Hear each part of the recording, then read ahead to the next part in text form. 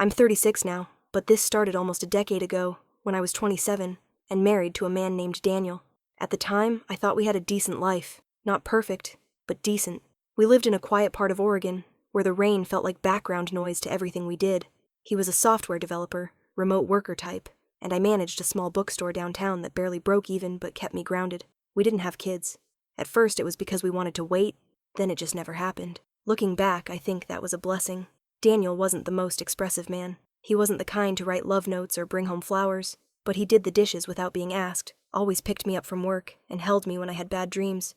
That kind of quiet stability mattered to me, or at least, I thought it did. Our routine was like clockwork. Every day felt the same, until it didn't. It was a Tuesday in late October, cold, gray, and unremarkable. I remember it because I burned my tongue on my coffee that morning, which annoyed me more than it should have. I kissed Daniel goodbye before he disappeared into his home office like usual, and I left for work. When I came home, the door was unlocked, the lights were off, and Daniel was gone. At first I thought maybe he just ran out for groceries, or took a walk, something small. But after an hour passed and he didn't respond to texts or calls, I started to worry. I checked the garage. His car was gone. His laptop, too. So was his toothbrush, his jacket, but not all of his clothes, just enough to notice. There was only one thing left behind, a letter, folded in half, sitting on the coffee table like it had been placed there with care.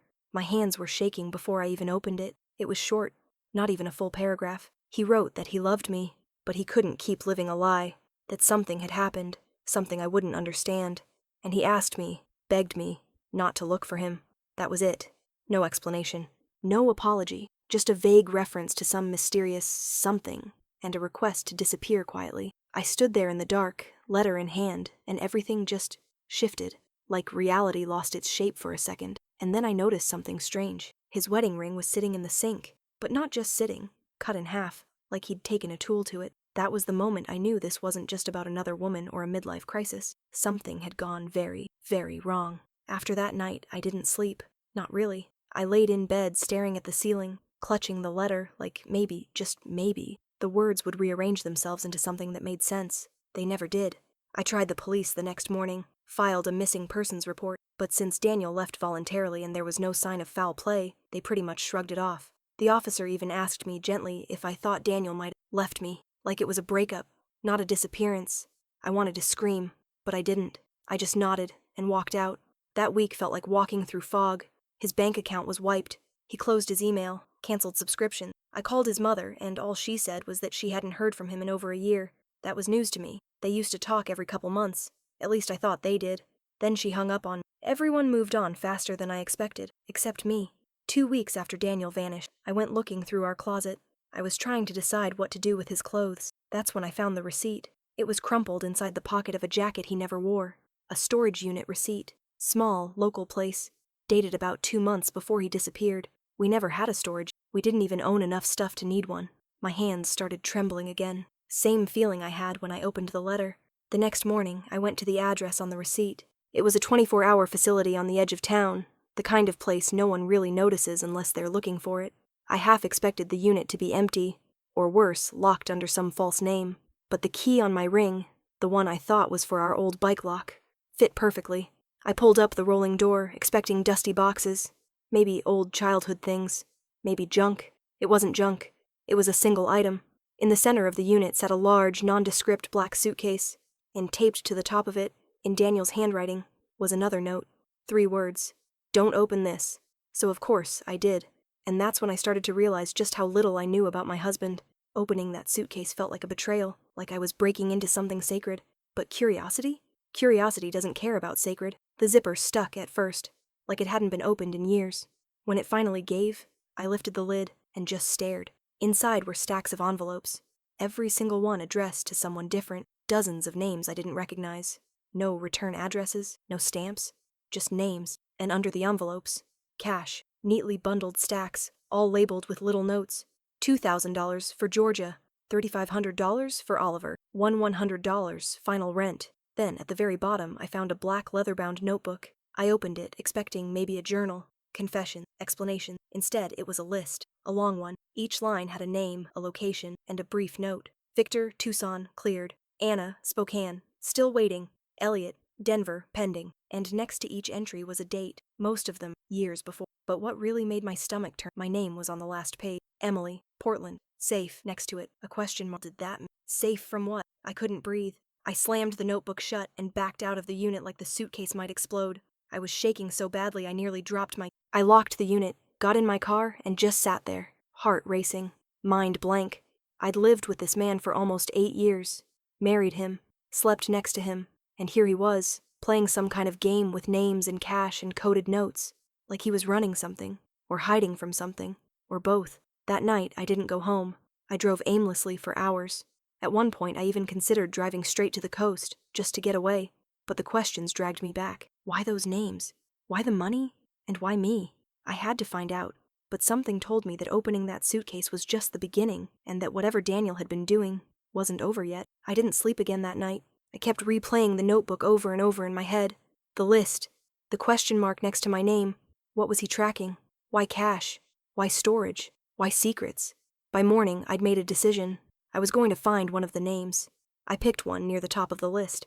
Victor, Tucson, cleared. No last name, just that. But the date next to it was from 2013, the year before I met Daniel. I figured there was less risk in starting with an old entry. I did some digging. I had access to Daniel's old external hard drive. He used it for backups, and it was still sitting on our bookshelf, like it hadn't just outlived the man who owned it. I started searching for Victor Tucson and found a folder deep in the file tree, buried under fake names and odd folder titles. Inside, a few PDFs, an apartment lease, and a police report. The report was from 2012. A man named Victor Reyes had filed a restraining order against Daniel, except in the report, Daniel wasn't using his real name. He went by Michael Connors. Same photo, same face, same everything. My blood turned cold. Why would Daniel use a fake name? Why was he even involved with this man? The only detail the report gave was that Victor had accused Daniel, Michael, of showing up at his workplace, claiming to be an investigator for a missing persons task force, and asking invasive questions about his sister, who'd gone missing in 2011. According to the report, Daniel, Michael, was never arrested, but he was told to cease contact. I couldn't wrap my head around it. Daniel had never even mentioned Tucson, or missing people, or fake names, and yet there it was, in black and white. That's when I made the second mistake. I picked another name from the notebook, this one closer to mine. Anna, Spokane, still waiting. I found her on social media. Took a few hours, but eventually I located an Anna J. living in Spokane who fit the age bracket I guessed Daniel would have listed. I didn't tell her everything. I just messaged her and said I was trying to find someone from my husband's past, asked if the name Daniel Everett meant anything to her. Her reply came 20 minutes later. It said, "No, I've never met him, but that name gives me a horrible feeling. I don't know why." That should have been the end of it, but 3 hours later she messaged again. "Actually, did he ever mention July 8th to you? That was our wedding anniversary." I stared at the screen, frozen. I hadn't told her. Then she wrote, "Tell me the truth. Has anything gone missing from life that you didn't even realize was gone?" And suddenly, I did. Anna's question haunted me. Has anything gone missing from your life that didn't even was gone? At first, it sounded like some creepy internet, but something, the way she asked about my wedding anniversary, made it impossible to... I didn't reply right away. Instead, I obvious was jewelry, electronics, important documents, still there. But I couldn't shake the feeling that she knew something I didn't. Then came the envelope. I was digging through our filing cabinet, trying to distract myself, when I found it, tucked behind old utility bills and tax folders. A plain white envelope with no markings, except my name, written in block letters. Inside was a photograph. Me, standing outside the bookstore where I worked. It was taken from a distance, through what looked like a window. My face was turned slightly, caught mid-laugh. I didn't recognize the moment at all. On the back, in Daniel's handwriting, was a date, October 7th, 2014. That was 6 months before we met. I felt sick. Daniel had told me we met by chance. A meet-cute at a coffee shop downtown, both of us reaching for the same scone. It had become our joke, our story. But now I had proof he'd known who I was months before that day ever happened. He'd been watching me, stalking me maybe, before I ever knew his name. I messaged Anna again. I asked her why she mentioned something missing. I told her about the photo. She responded almost immediately. I was 25 when I met him, except he said his name was Kyle. He was charming, soft-spoken. He told me he'd just moved from San Diego, wanted to start over. We dated for 3 months, until he disappeared. She paused, then wrote, "After he left, I started getting headaches. Thought it was just stress. But one day I passed out at work. When they took me to the ER, the MRI showed a scar. One the doctors said looked like it came from a procedure, something surgical. But I'd never had surgery. I stopped breathing for..." She continued. "They ran more tests. Eventually, I found out I was missing part of my thyroid. No explanation, no record, nothing. Just gone. And then her final message. Tell me, have you ever had surgery? The answer was no. At least, I thought it was no. But suddenly, I wasn't sure anymore. Because now that I thought about it, there was something strange about the scar on my hip. The one Daniel always said I got from falling off a bike when we were dating. The one I never quite remembered getting. I couldn't stop staring at it, that scar on my hip. It had always been small, maybe 2 inches, faint and silvery. Daniel used to tease me about it, said I got it falling off one of those city rental bikes during a weekend trip to Seattle. I never remembered that happening, but it never felt important enough to question. Until now. Until Anna. I didn't want to believe it, but the seed was planted, and once it was there, it grew roots fast. I called my doctor the next morning and told them I'd been feeling weird, dizzy, tired, just off. I asked for a full physical, and while I was at it, I asked for an MRI. I told them I was paranoid after a friend's scare. I made it sound casual, even laughed a little on the phone. Inside, I was shaking. 2 weeks later, I was lying in the cold hum of the imaging room, trying not to cry. A few days after that, I got the call. My primary care doctor sounded hesitant, confused. She told me they'd found something strange. Nothing immediately dangerous, but worth following up. A small surgical clip, metal, deep in my lower abdomen. It wasn't causing issues, but it was clearly from a past procedure, except I'd never had one. Not in any medical record, not in any hospital system. There was no scar that matched its location, no history of abdominal surgery, except that scar, the one Daniel always explained away. I hung up the phone and sat in silence for what felt like hours. My mind racing, the pieces clicking together in terrifying, slow-motion clarity. Daniel had done something to me, and not just me. I called Anna. She answered on the first ring. When I told her about the clip, she didn't sound surprised, just quiet, like she'd been waiting for me to catch up, and then she asked if I'd checked my blood type recently. I said no. Why would I? She just said, "You should." Then she told me about her blood, how, after Daniel vanished, she'd tried donating at a Red Cross event. They turned her away. Not for low iron, not for weight. She didn't match her registered blood type. It had somehow changed. I didn't even know that was possible. She said she tried to find answers, but no one believed her. Not doctors, not police, not family. That's when she gave up, until I messaged her. That's when I realized she'd been waiting for someone else like her, and now she had me. After Anna hung up, I felt like I was standing at the edge of something I couldn't name. That night, I didn't sleep again. I sat on the living room floor with the suitcase open beside me. Letters, cash, notebook all spread out like puzzle pieces that didn't belong to the same box. I went back to the notebook, page after page of names, places, cryptic notes.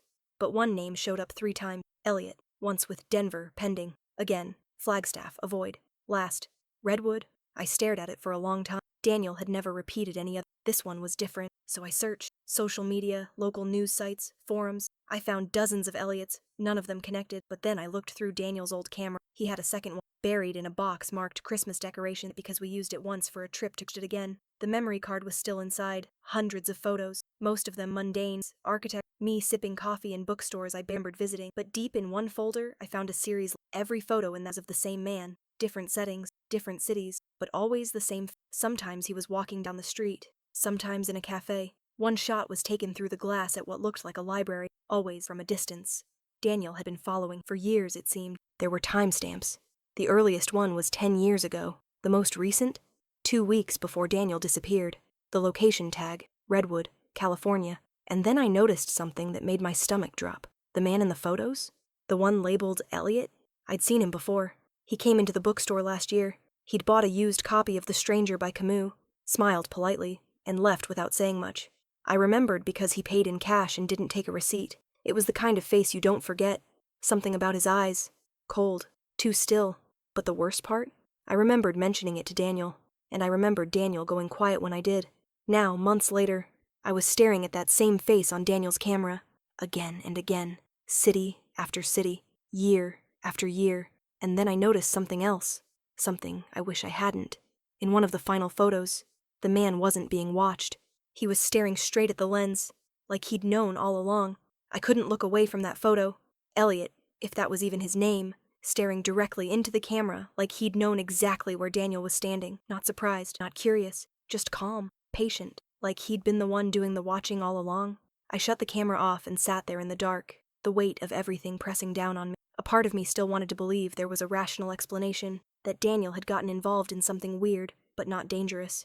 Maybe he was helping people. Maybe he was investigating something. Maybe anything but what my gut was screaming at me now, because none of this made sense anymore. The cash, the missing surgery, the hidden life, the man in the pictures. I was one step from falling apart when I noticed the suitcase again, not the contents this time, but the lining. It looked puffy, thicker than I remembered. I ran my fingers along the seams and felt something, a bulge, soft but solid. I peeled back the lining, careful not to tear it too much. Tucked between the fabric and the outer shell was a small digital recorder, the old kind. No Wi-Fi, no cloud, just a USB port and a play button. I almost didn't press it. Almost. But I did. White noise. For almost 10 minutes. Then a voice. Quiet. Raspy. Like it had been recorded in a hurry. It was Daniel. He said one thing. Just one. If you're hearing this, I'm either dead, or Elliot found me first. I dropped the recorder like it burned. The audio continued. Shuffling. Static. But no more words. Just that one sentence. And something about the way he said it. Resigned. Certain. Made me feel like I'd already lost him. Like he knew exactly how this was going to end. That night, I sat with everything spread out in front of me, trying to make sense of what I was supposed to do now. My husband had left behind cash, a list of strangers, a body full of secrets, and a name that clearly wasn't just a name. And Elliot, whoever he wasn't finished, because the next morning there was a knock at my door. No one there, just a package, no return address. Inside? A single item, the photograph of Daniel and me on our wedding day, burned around the edges, and written across the bottom, in a sharp red marker, "He lied to you, too." I didn't move for a full minute after reading the writing on that photo. He lied to you, too. Too.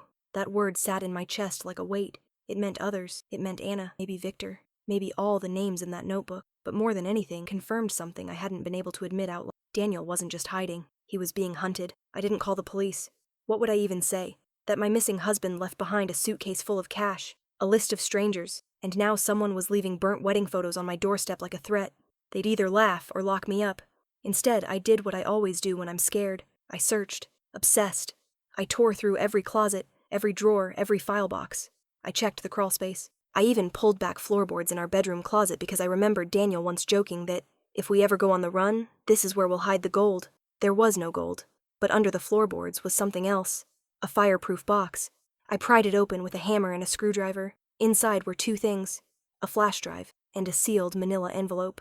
The flash drive had no label. I plugged it into my laptop with shaking hands, half convinced it would trigger some kind of self-destruct sequence. Instead, it opened a single folder titled "If She Finds This." Inside, dozens of documents, PDFs, scans, old newspaper articles. Most of them were about missing people, spread across decades, cities, countries. But the thing they had in common? Every one of them had a surviving family member who reported being approached afterward by a man they couldn't describe clearly. Same build, same eyes, no name. All of them described the same odd detail. They felt calm when he spoke. Too calm, like their grief had been muffled until it wore off. And then came the dream, the hallucinations, the missing time, the paranoia. It was like some horror script, and Daniel had been collecting it like evidence. He had notes scribbled in the margins. Pattern? Trauma suppression? Not natural. Not drugs. All roads lead back to Elliot. Then came the envelope. I opened it. Inside was a single photograph. Not a printout. A real old photo. Slightly yellowed. It showed Daniel. At least, I think it was Daniel. Younger. Late teens, maybe. Standing next to a man with his arm around him. That man? Elliot. Same face. Same eyes. But the photo was dated 1993, which didn't make sense. Because in 1993, Daniel would have been 5 years old. And Elliot? He looked exactly the same. I stared at that photograph until my eyes burned. Daniel, no more than a teenager, standing beside a man who looked exactly like the Elliot from the photos. But that photo was dated 1993, and the Elliot in it hadn't aged a day since the most recent picture Daniel took just weeks before he vanished. Either it was a fake, or no, it wasn't fake, because the handwriting on the back was Daniel's. First time he found me, I thought it was over then. There was something else scribbled under it, faded, like it had been added later. In a rush. He doesn't age. He doesn't forget. He collects. I closed the envelope and stared around the room, at the stacks of documents, the storage unit key, the burned photo that still reeked faintly of smoke. I felt like I was unraveling, like I had stepped into someone else's nightmare and forgotten how to leave. But the worst part? I still didn't know what Elliot was, or what Daniel had done. All I had were clues scattered like ash in the wind. Too late, too fragmented, until the final email. It arrived the next morning, from an untraceable address. No subject line, no body text, just an attachment, a voice recording. I waited 6 hours before opening it. I couldn't bear to hear his voice again, but I had to, and when I finally pressed play, it was Daniel. He sounded tired, not scared, not rushed, just done. "Emily," he said, "I never wanted you involved in this. I thought I could outrun it, thought I could keep you safe by staying close, but I was wrong." There was silence for a few seconds. Then, more quietly, "You were never supposed to find the suitcase." Another pause. Then the words that broke me. "He doesn't just collect people. He collects pieces of them. Time, memory, biology, identity. I don't know how. But it's not science. It's not spiritual either. It's older than that. Older than anything I've ever found in any book, any file. He's not a man." The static buzzed, then cleared. "I met him when I was 15. He told me things about my mother. Things no one could have known. He gave me a name, a purpose. And then he vanished. For a decade." His voice cracked. First time I'd ever heard Daniel cry. When he came back, he wasn't alone. He had others. People like me. People who'd been changed. And he told me I had to choose. Disappear, or bring someone else. That silence stretched on forever. "I brought you." A low, shuddering breath. "I'm sorry. I thought I could protect you. I thought I could keep you just far enough outside his gaze. But you were already in it. The moment I introduced myself. The moment I met you at that coffee shop. That wasn't the first time I saw you. That was just the first time you saw me." The recording ended there. No goodbye. No explanation of where he was. Or if he was even alive. I listened to it 3 times before deleting it. Not because I wanted to forget, but because I couldn't let it be found. Not by anyone else. Not by him. It's been 3 months. I moved. Changed my name. Burned the notebook. The suitcase. Everything except that single wedding photo. The one that had been burned at the edges. I keep it hidden in a lockbox under my bed. And every time I look at it, I think about those words. He lied to you, too. I still don't know where Daniel is. Or if he's still Daniel. But some nights, when the house is quiet, I feel a presence just beyond the edge of my vision. Not a noise. Not a shadow. Just a stillness. Like someone is watching. Waiting. Like I was chosen. But the game isn't over. Not yet.